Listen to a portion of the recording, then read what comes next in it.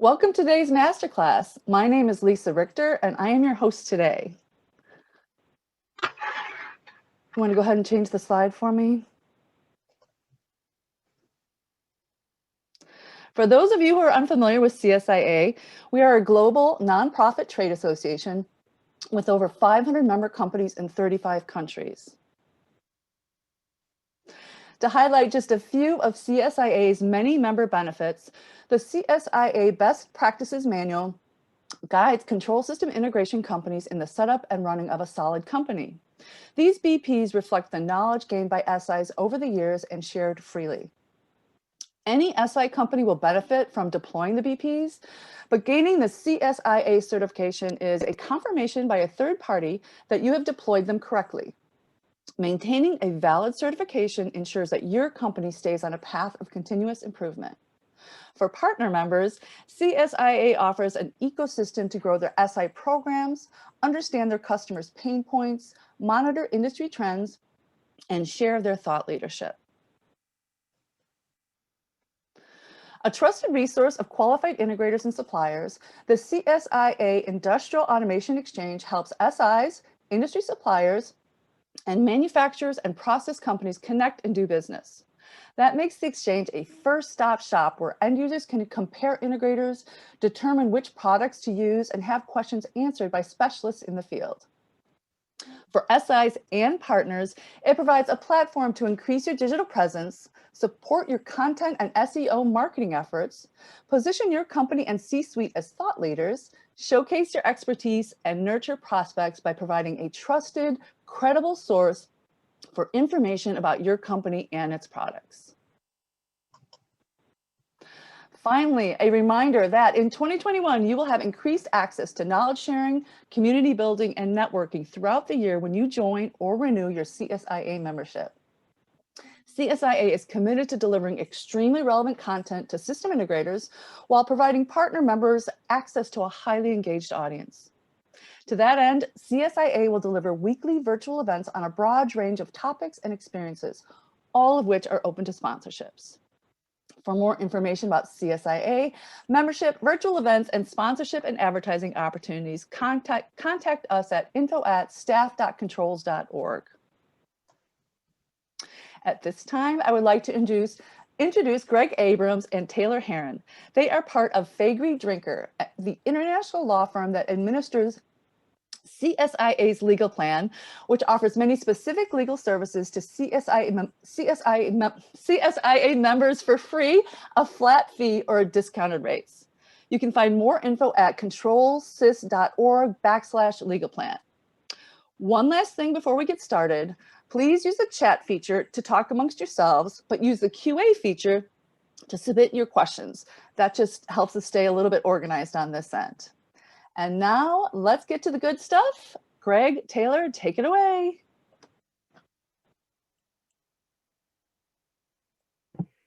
Okay, thank you, Lisa. So we're here today to talk about an issue that Taylor and I are seeing raised and questions come up from lots of clients. And that's how do we handle employee vaccinations? And so we're here to talk to you about some of the legal risks, the issues, and perhaps some best practices and practical steps. Just so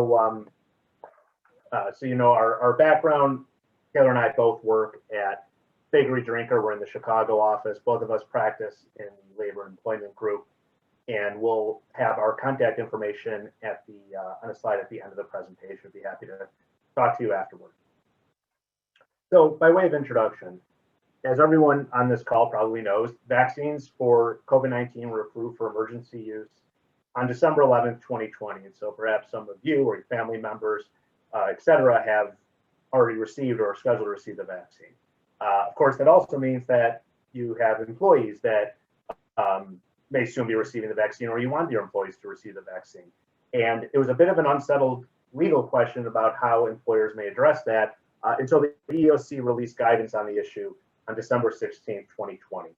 So we're going to talk about that. We're going to talk about some of the open issues that remain for employers with respect to employee vaccinations, and certainly we'll leave time at the end for questions. And if you have questions along the way, you could also put it in the Q&A, the Q&A feature. So first, we're going to start with a poll. How do you believe your employees would respond to a mandatory vaccination requirement? I'll just pause for a second, let you weigh in, and see what the responses look like.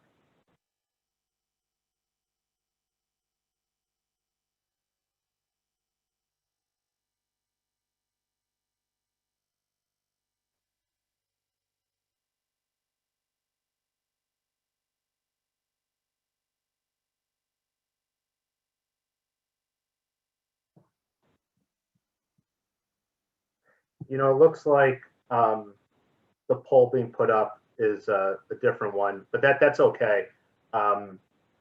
We were going to ask this later anyway, so go ahead and answer this question. What steps do you plan to take to ensure that your workers get vaccinated when they become eligible? And we'll cover the question I just asked in another point.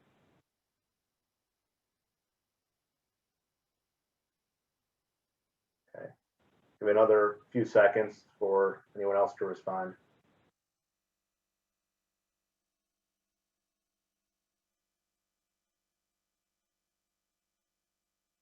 Okay. So it looks like of the 15 people who responded, 8, more than half, are going to be requesting vaccinations, not implementing incentives or restrictions. No one seems to be requiring employees to get vaccinations, but there are some people who are requesting and offering paid time off. So we'll talk about some of the issues associated with that.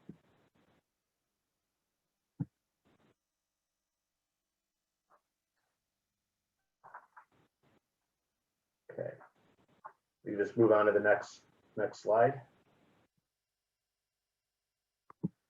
Okay, mandatory vaccination. So the fundamental question is, can employee vaccinations be mandatory? And we'll not bury the lead and give you the answer. The answer is yes, but, and we'll explain that, but the EOC has taken the position that employee vaccinations, subject to certain exceptions, can be mandatory.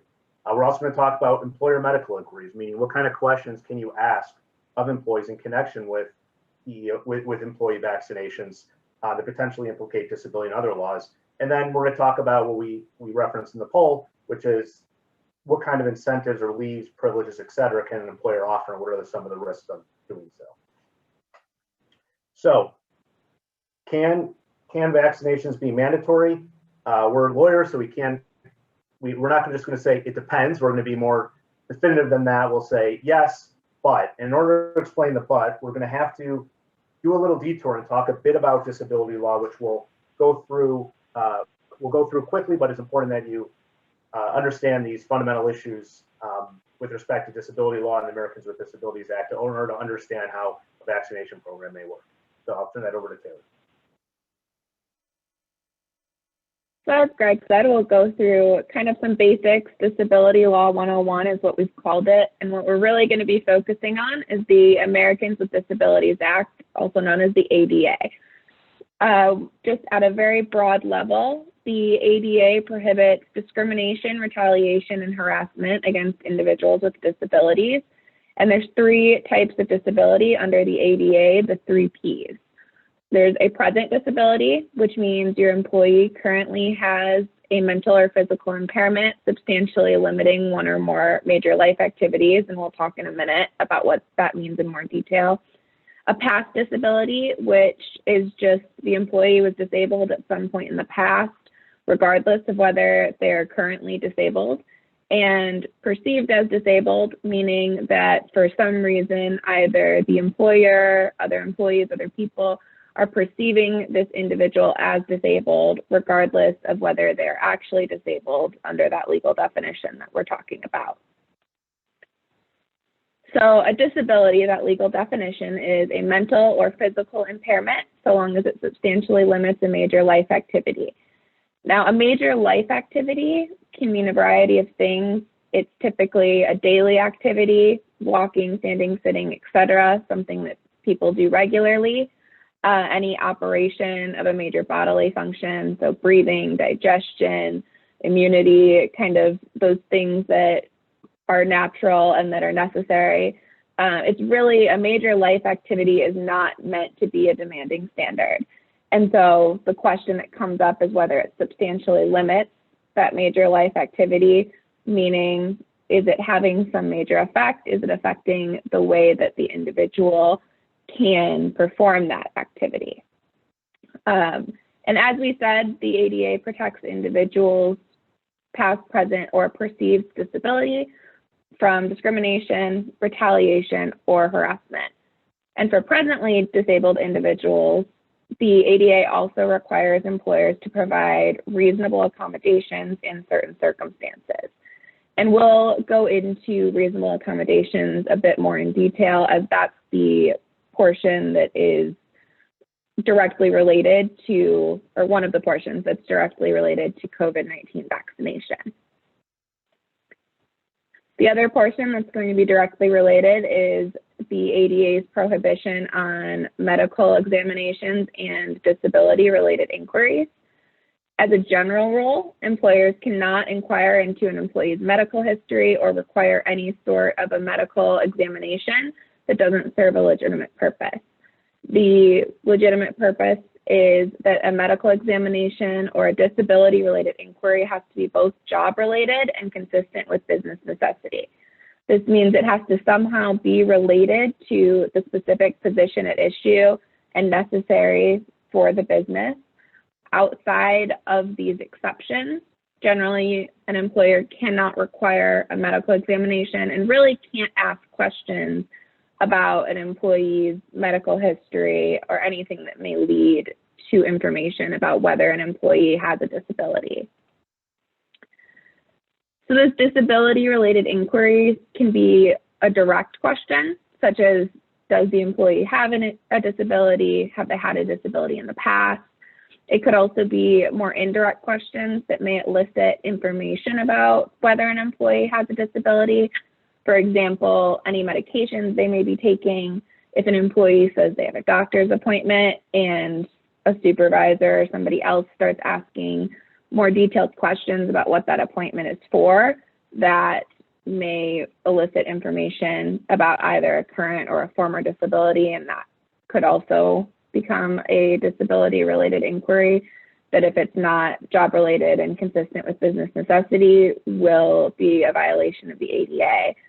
And then a medical examination, we'll talk a little bit more about that in the specific context of the vaccine, but the definition is just that it's any procedure or test that seeks information about the individual's physical or mental impairments or health. So that's a short background on some of the principles that are going to be important for COVID-19 vaccines. We do have another poll here. I know we just did this poll, but we'll do the other poll, which I believe was what you would expect your employees to think if you had done, or if you required mandatory vaccination.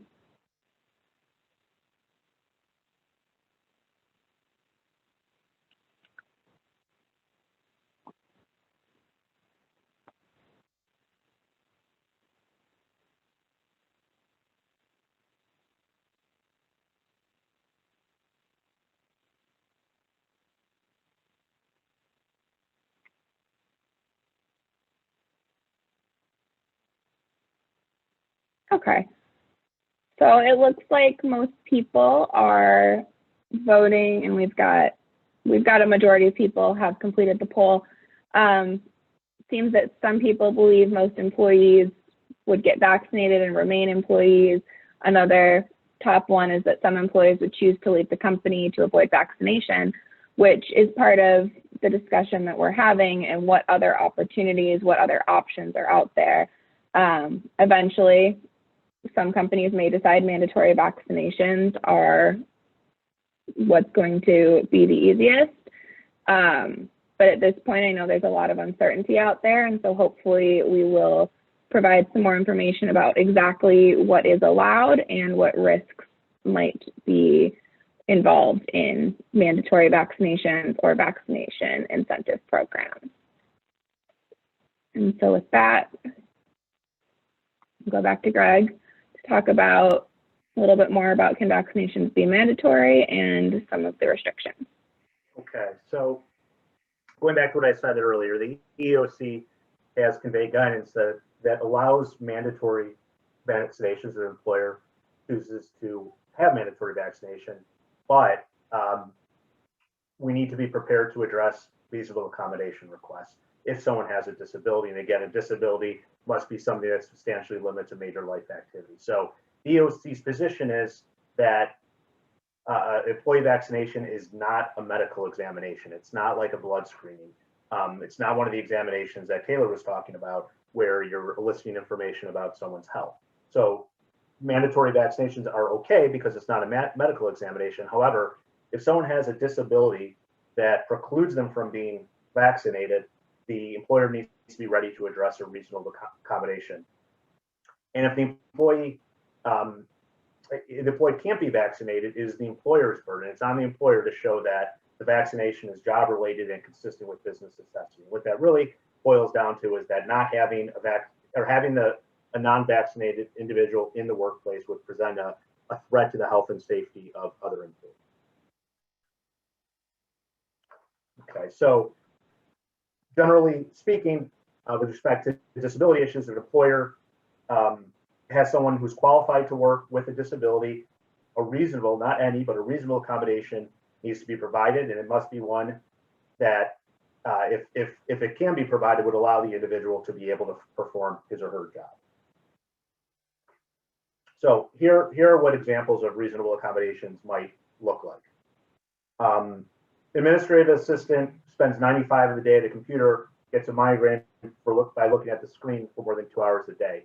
Well, it's hard to figure out what kind of accommodation that would entail. But if that same administrative assistant has some sort of medical restriction against lifting 50 pounds, well, that's probably something that can be accommodated. And so that would be a situation where the employer does need to accommodate that individual with a disability. With respect to non-vaccinated employees, what does that look like? So the most obvious one would be telework, right? So if an employee can perform his or her job remotely, that would be, and it doesn't present what's called an undue hardship for the company, then that would be an option for an individual with a disability who cannot get vaccinated. If it's possible to separate the non-vaccinated employees from vaccinated employees at the work site, that may be feasible. So if this employee works in an isolated location, that individual may not present any sort of safety or health risk to other employees. So an accommodation might be having that person's office situated in a certain place or their workstation situated in a certain place where they don't come into contact with other individuals. And then it would not be appropriate necessarily to say that person cannot come into work. Or temporary leave, give someone a certain amount of time off if that's appropriate in order to accommodate an individual with a disability that precludes vaccination. I'll go through this kind of quickly for time, but a reasonable accommodation is an interactive process. So we advise clients to make sure that managers and supervisors are instructing their the employers are instructing the managers and supervisors to be able to recognize requests for reasonable accommodation, who to escalate it to, how to engage in what's called this interactive process. So that's something to keep in mind as more and more employees get vaccinated or perhaps choose not to. With respect to reasonable accommodation, again, it's going to be case by case, but the idea is to be thoughtful and engage in the interactive process to see how someone could be accommodated rather than just assuming they can. Accommodation cannot present an undue hardship. So if a vaccinated individual who does not want to get a vaccine and that person has a disability that precludes them from doing so, whether a work from home accommodation is reasonable or not could depend on the size of the employer or the cost.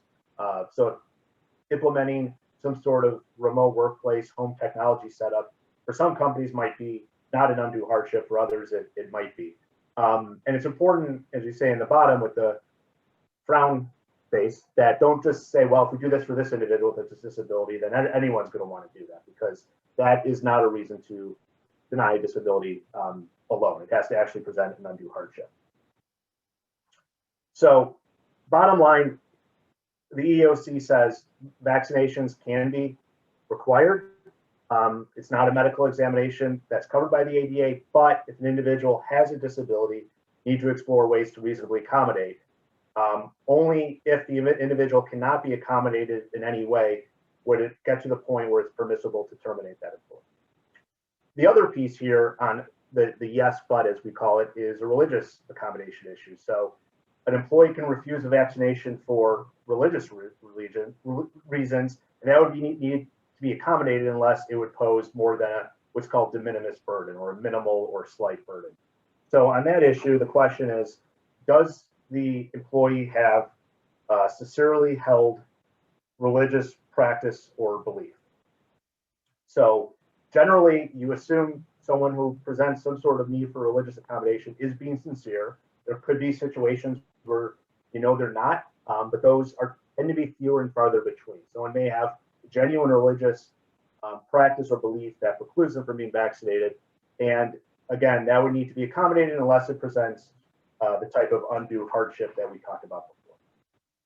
With that, I'm going to turn over to Taylor to talk a bit about what kind of medical inquiries and questions can be asked in connection with employee vaccinations. So as we stated earlier, the EEOC has taken the position that actual COVID-19 vaccination is not going to be a medical examination. And the main reason for that is, as we kind of discussed, a medical examination is going to be any sort of a procedure or a test that's seeking actual information about the employee's physical or mental health. The EEOC's position is that the COVID-19 vaccine is primarily for protection of employees against contracting COVID-19, and therefore it's not an actual examination into their health, it's a benefit for them. Another more of a borderline issue that the EEOC has clarified is whether you can require proof that an employee has received the COVID-19 vaccine. And the answer is yes. If you simply require actual proof of vaccination, that's not going to be a disability-related inquiry. The reason being that whether or not somebody was vaccinated, there's a number of reasons somebody could have decided not to receive the vaccine. You won't necessarily know that it's related to some disability. However, you wouldn't be able to ask any sort of follow-up questions, no questions about why somebody didn't receive the vaccine, because if that was because of a disability, that is going to run into this disability-related inquiry issue that we've talked about.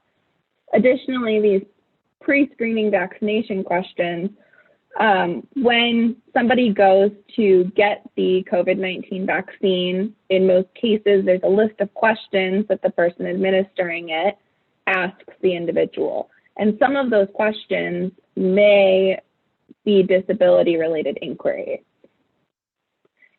Because some of those questions are probably going to be these disability-related inquiries, the employer cannot be the person asking the questions, nor could the employer hire somebody, a third party, to administer a required vaccine and ask these specific questions, because those questions would be disability-related inquiries.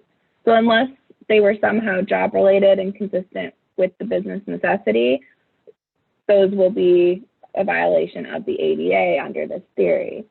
As I said, it's very unlikely that the specific questions will be related to the employee's job. It's very unlikely that you'll get a set of questions with no disability-related inquiries.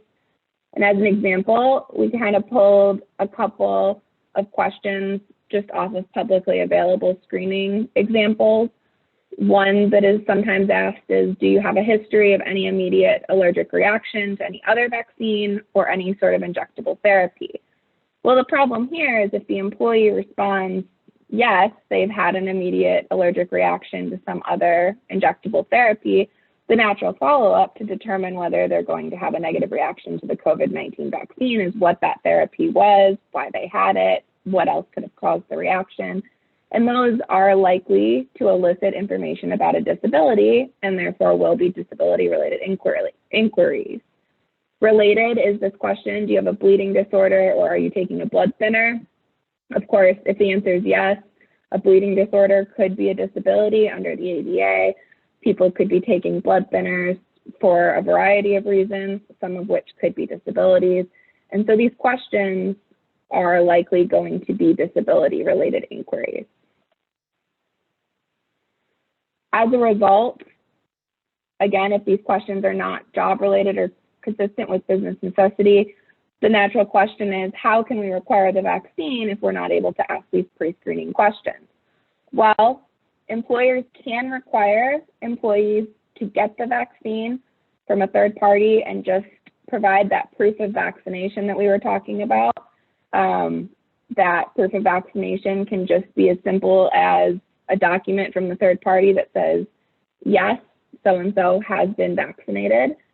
It shouldn't have any additional medical information on it, but that is one option. The other, if employers want to allow or want to have a vaccination program on site and administered by the employer or by a third party, just for simplicity in the hopes that more employees will be vaccinated that way, that's fine, but it would have to be an entirely voluntary program. As soon as the employer administers the vaccine or is having somebody else administer the vaccine and it's mandatory, those pre-screening questions are asked by the employer and a violation of the AVA, most likely. So as I said, if you decide to have mandatory vaccination, be sure to consider what proof of vaccination will be required. Make sure employees know no additional medical information is necessary. A simple yes or no is sufficient. And just remember, it's okay to ask if an employee has been vaccinated, but it's not okay to ask why an employee was not vaccinated, as that is likely to lead to this disability-related inquiry. Additionally, a related issue that some people have run into, you can't ask an employee if they're antibody positive. In other words, if they've had COVID-19. It's still an open question whether COVID will be considered a disability. The EEOC has not taken an official position on it yet, but in light of what we know about the length of side effects and uncertainty about what those side effects are, it could be considered a disability in the future, and so that could lead to some problems.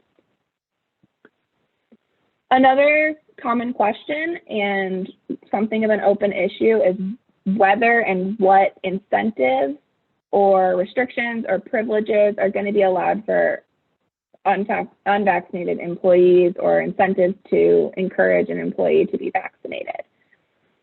So a couple of sources that we've looked to for a number of COVID-related issues over the course of the pandemic. One is the CDC guidance. There is some existing guidance initially put out for influenza vaccinations and kind of adapted for COVID that is about how to encourage employees to get vaccinated. And that guidance suggests there are some benefits to giving certain privileges, such as allowing time off to obtain the vaccine. New guidance from the CDC also suggests that if an employee has been vaccinated, they don't have to self-quarantine after being in close contact with somebody else, which, with the amount of people that have had to miss work or have been sent home from work due to some sort of COVID contact, many employees will view that as something of a benefit. However, there's also some EEOC guidance out there that kind of leads to open questions about whether incentives are going to cause some sort of a disparate impact on certain protected classes. So what that means is that if you have a neutral policy that says if you are vaccinated, you will get a certain benefit, whether that be additional time off or a bonus, that though on its face is not discriminatory, it may still disparately impact, meaning more people with disabilities or more people of a certain religion won't have the same opportunity that other employees will have. So that is an open question whether that's going to be a problem and how the EEOC is going to interpret that in light of COVID-19. But in the past, that has been a problem with certain incentive programs. Additionally, the EEOC has a proposed rule, not finalized yet, about wellness programs and an open question about what privileges are allowed and what benefits are allowed to encourage employees to take part in any sort of a wellness program. And the rule suggests that those privileges would have to be de minimis. This means something as simple as water bottles, keychains, pens, just really small benefits that for employees, but anything larger, anything like a bonus, things like that, it's really a question about whether they're going to qualify as de minimis. And if they don't, and if a COVID-19 vaccination program is viewed as a wellness program, then that might cause additional problems here as well. So in light of the uncertainty here, just a couple of practical considerations. Yes, there's going to be uncertainty on how courts are going to view incentive structures. As a result, a week or two ago now, a number of business groups sent a request letter to the EEOC asking for clarification on this de minimis guidance, because this is something that many employers have considered and have hoped to do to encourage vaccination of their employees. And one other issue that a lot of employers have considered and we would like to caution about is this: they want to give benefits to allowing vaccinated individuals to follow less of the health and safety rules that many of us have become accustomed to if people are going into the offices. For example, not wearing masks, not social distancing, and those are things that people would view as a benefit.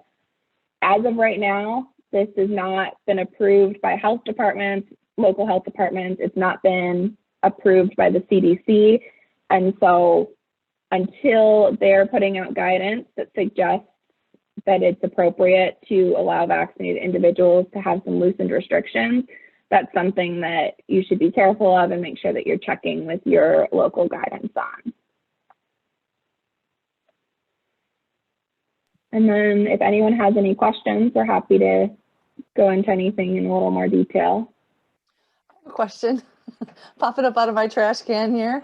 So I would imagine there's this, so you've made clear the benefits and risks of requesting employees to be vaccinated, but what about subcontractors? Or if I want to hire a company and they need to send people on to my premises, can I require them to only send vaccinated people? Yeah, I think you run the same risk. It's kind of like, let me go to the next slide maybe. If you run the risk of an argument that, well, you're asking me to send only employees without disabilities, or you're asking me to send only employees who are under the age of 40. I think in the current climate, there's going to be a lot of deference given to employers about maintaining the safety of the work site. But that would be the concern, is if you say, I only want people who are vaccinated. Well, an individual with a disability is entitled to be accommodated for the reasons we discussed. And so it could be treated no differently than send me only people who don't have a disability. Now, if you cannot accommodate, you're at a particular work site where we can't do anything except have individuals who are working in close contact for the entirety of the day, then that might be the appropriate approach, but I would caution against any sort of blanket prohibition in that regard.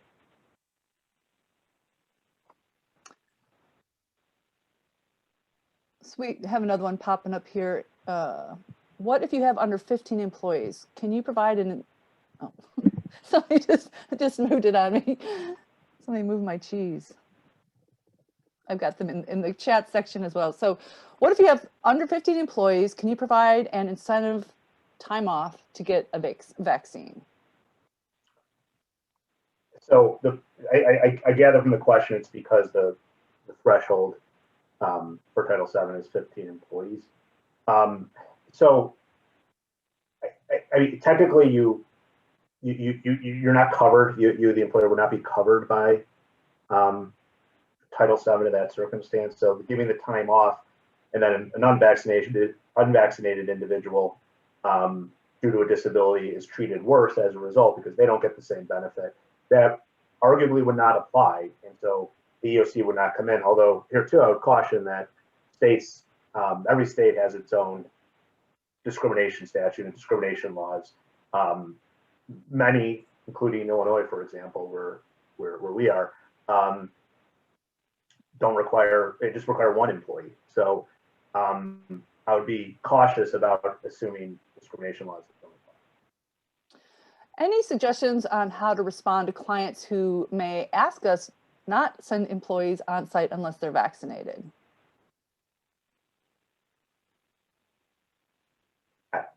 I'll give mine, and Taylor, feel free to jump in.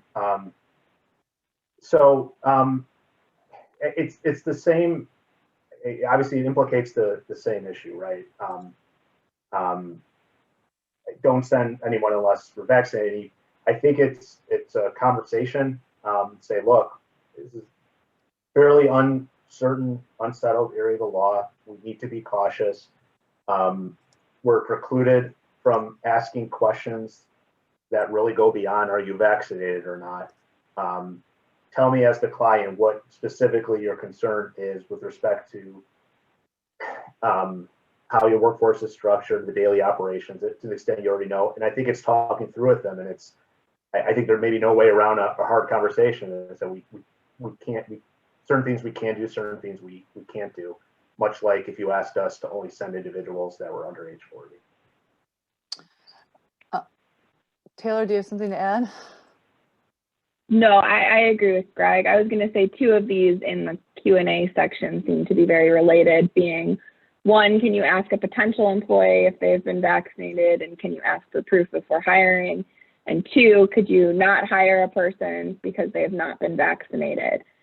And I think that it's really going to depend on what your individual policies are going to be. As we said, you can require vaccination, but if that's going to be the case, then yes, you can ask for proof before hiring. It's going to be the same type of proof that you're asking for, though. You don't want to be asking detailed questions about whether this individual has a disability or why they chose not to be vaccinated. And then we're going to have to go through a similar set of questions about whether they could do the job without, with reasonable accommodations if they have not been vaccinated. There's a question, I guess maybe more of a comment, that it seems like everything else is a minefield for now. We need to stay the course, and that's true to some extent. But to be clear, what the EEOC said is that vaccinations are not medical examinations. So the only time a mandatory vaccination program is going to create a problem is really if an individual has a disability that precludes a vaccination, or perhaps less common, but nonetheless still something to consider, the sincerely held religious belief. So I think caution is necessary and prudent. However, the EEOC has, in a sense, blessed. The EEOC is not its guidance; it's not binding law, but it's very persuasive, and courts are deferential to the EEOC, and they've blessed the idea that you can require vaccinations, and the only time you have to deal with any sort of exceptions if an individual in fact has a disability, and then it's the interactive process we talked about reasonably accommodating. And I think okay, I saw a question about not hiring a person because they have not been vaccinated, but then that looks like that question, I assume whoever asked the question feels it's been answered. If not, let us know. Okay. But if they want to take vacation or sick time to go get vaccinated and use that time or their standard allotment under their own free will, not paid. Okay, so no, I mean, if an employee uses their own time, their own free will to get a vaccination, that if that is something that they would want to choose to take time off for, that's fine. I mean, the issue becomes when the employer is requiring it or incentivizing. So like Taylor talked about with these incentives, say, we're going to give everyone a day off, a paid day off to go get vaccinated, or we're going to give everyone 2 hours of paid time to use for vaccination purposes. You may have seen that many companies are doing that, particularly very large companies, but there's a bit of an unsettled landscape about that. But if someone's on their own time choosing to get a vaccination, of course, that's up to them. I have a question about something you've mentioned earlier about maybe keeping the vaccinated people separate from the unvaccinated people. I feel like that could create some challenges in and of itself, right? Like, well, the vaccinated people got the bad part of the office or the good part of the office, or, you know, it creates almost a caste system, right? Is there any pitfalls to that approach? So I think that the way that we were, and Greg, correct me if I'm wrong, in context, what that is in reference to is a reasonable accommodation. If an employee comes to you and you have a mandatory vaccination program, and an employee comes to you and says, I cannot get vaccinated, I have a disability that won't allow me to, and you're trying to come up with an accommodation that still allows that employee to come into the office and do their job, then that's going to be a discussion with that employee. It's going to be a back and forth. And it's a possibility that the answer is, sure, you can come back to the office despite not following our mandatory vaccination requirement. However, to keep everyone safe, you are going to have to stay in a separate area of the office. To keep you safe, you're going to have to stay in a separate area of the office as an accommodation to allow you to finish doing your job. I think it would be a different concern if you, of your own volition, decide just to split everybody vaccinated versus unvaccinated. However, if somebody comes to you and that is a potential accommodation, then that's likely going to be a reasonable accommodation under the ADA. Anybody else have any questions you want to submit to the team here? This is Brian. I had one. So it seems like there's going to be, so it seems like if you're an employer and you want to require vaccinations, it seems like there's ways that you can do it with some buts. Is there any risk on the other side of saying, well, there's a lot of minefields here, I think as someone used the term before, so I'm not going to have a mandatory vaccination program? Are there risks that then people who aren't vaccinated, who are coming to work or going to job sites, are getting other people sick as the employer because you didn't require vaccinations? Is there a risk on the other side of that as well? Yeah, unfortunately, it's kind of a double-edged sword. Employers have a responsibility to maintain a safe workplace. So if there could be an argument that not requiring people to come to get vaccines is to another employee risking my health and my safety, and you're now not providing a safe workplace. It gets into OSHA issues as well. There's been litigation about companies not following COVID-19 protocols and creating an unsafe workplace and allowing the spread of COVID in the workplace, and some of that implicates workers' comp issues. But it is a bit of a balancing, because we could see that argument, and how courts are going to balance those concerns remains to be seen. Although my view and my suspicion is that employers are going to get more deference with respect to being aggressive about protecting safety in the workplace than is usually the case. I believe we have another question. I believe we can't share an employee's vaccination status with other employees. So how is it possible to separate employees without identifying them?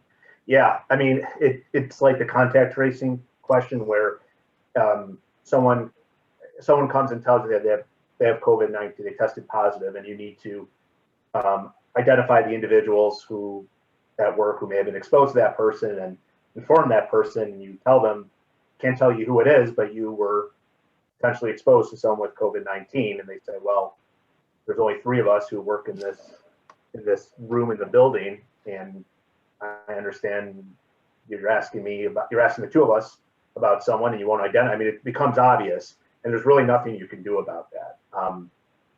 It becomes almost silly in a sense, but yeah, technically you.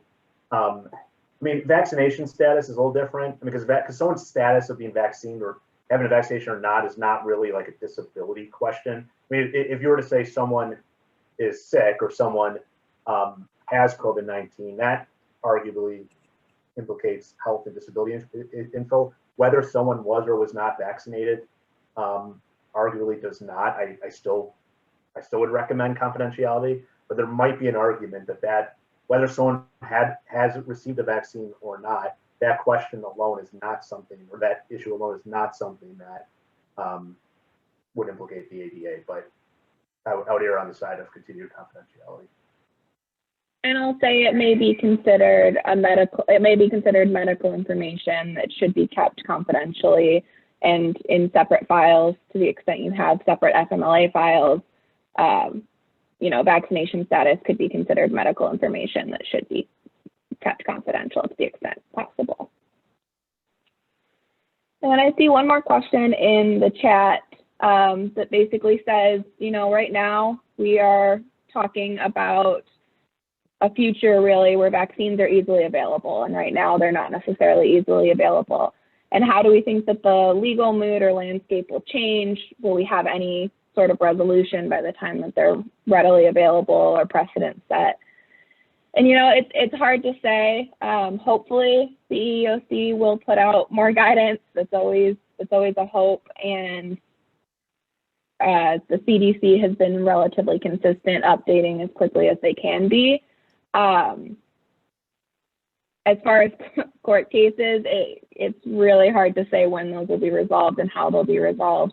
As of right now, there's not a lot out there, and hopefully down the line we'll get a little bit more information about how to answer some of these questions.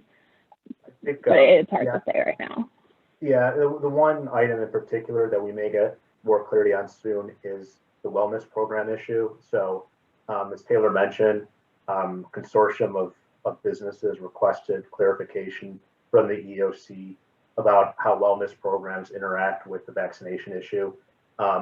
And we likely will see a response from that soon. That's probably the most likely issue or question that will be addressed. And then I'm seeing that it hasn't been determined whether being vaccinated prevents you from spreading COVID-19. So is there going to be a risk if you don't mandate it? And I think that's what Greg was talking about a little bit earlier. Yeah, I also don't believe it's been determined whether vaccination prevents you from spreading. That's part of the fact that, you know, the CDC, local health departments have not yet recommended loosening any major restrictions at this point, because it's not clear that it's safe to loosen restrictions if you're vaccinated. As for creating a risk, that's what Greg was talking about with the double-edged sword. I mean, there's always going to be a possibility, and it does seem that we hope that courts will be relatively lenient with employers being aggressive in this environment. But yeah, I mean, it goes both ways. I think, you know, there'll be some test case. I think some company somewhere will, I think, take that aggressive view. That we have to require vaccines to not do so. We have a work site where people come into such close, consistent contact that we don't think it's safe to do anything but require vaccinations. And we'll make exceptions when someone has a disability. We'll deal with that, but we're going to do it. And then if there's some challenge to it, I think then we'll get guidance on whether someone will say, yeah, the requirement to do so is reasonable. Because the other side is someone alleges, and this is kind of, Brian, your question, well, you didn't get everyone vaccinated and now I'm sick, and that was your problem. You should have required mandatory vaccinations. That might be a little more of a stretch, and it's going to depend, I think, heavily on the nature of the work site. Well, it looks like we have answered all the questions that have popped up in the little Q&A feature. Sandra, I think we can go ahead and switch over to the final slides, please. As a reminder, all CSIA members are automatically enrolled at no charge in the CSIA legal plan and are eligible to take advantage of the benefits available from Faegre Drinker, which has served as general counsel to CSIA for more than a decade, and which has an automation, system integration, and robotics team that understands the legal and compliance issues affecting your industry. More information is available at controlsys.org/legalplan. On behalf of CSIA, I feel like I have a flight attendant. On behalf of CSIA, I would like to thank Greg and Taylor for this informative discussion. And finally, thank you to all who attended this event today. We hope you found this virtual event informational. We'd also like to remind you that a recording will be available for viewing within the next couple of days. Please visit the CSIA website to view this recording or a past virtual event you may have missed. Finally, be sure to bookmark the CSIA events calendar so you don't miss any upcoming events. And this is just Jose and I contact information. If you ever have any questions about anything, feel free to shoot us an email at any time. And this includes our program for today. Once again, thank you for joining us and have a great day.